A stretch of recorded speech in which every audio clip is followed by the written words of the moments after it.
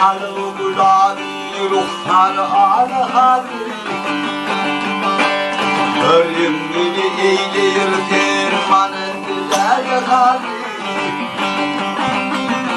ölüm kişiler olmayışında vallahan şabut her şekilde lafılanın ağlahabi hasta beni salar zina yüzü ağlahabi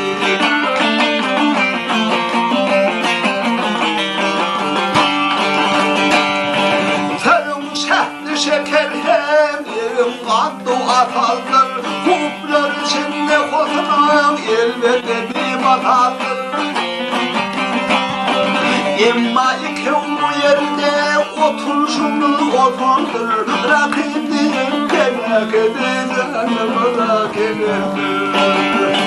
Duysa beni yüzerdi haveden havada hadi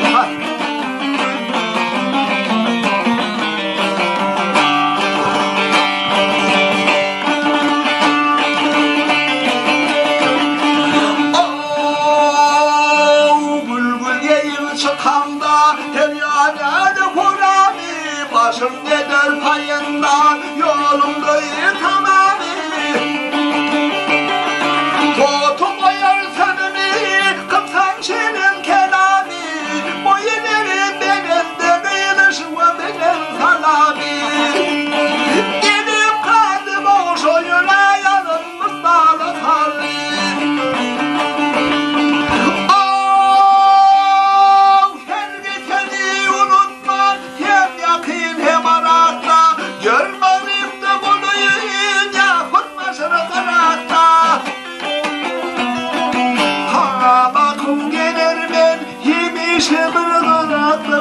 Uyumayı sendeni köpeği beyledir durmakta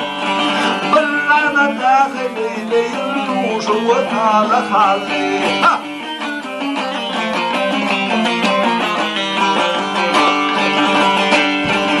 Düşkünü kâmilimden sal boynuma tanıdı Çek yanıma beni hem çektirmedin adamı Bir seferle oturup refkilenin hayali Aşığı değdim öyle gelişkin vurmuş şerabi Aklına yanaşan o vakın seyyarı hali Bir seferle oturup refkilenin hayali Aşığı değdim öyle gelişkin vurmuş şerabi Aklına yanaşan o vakın seyyarı hali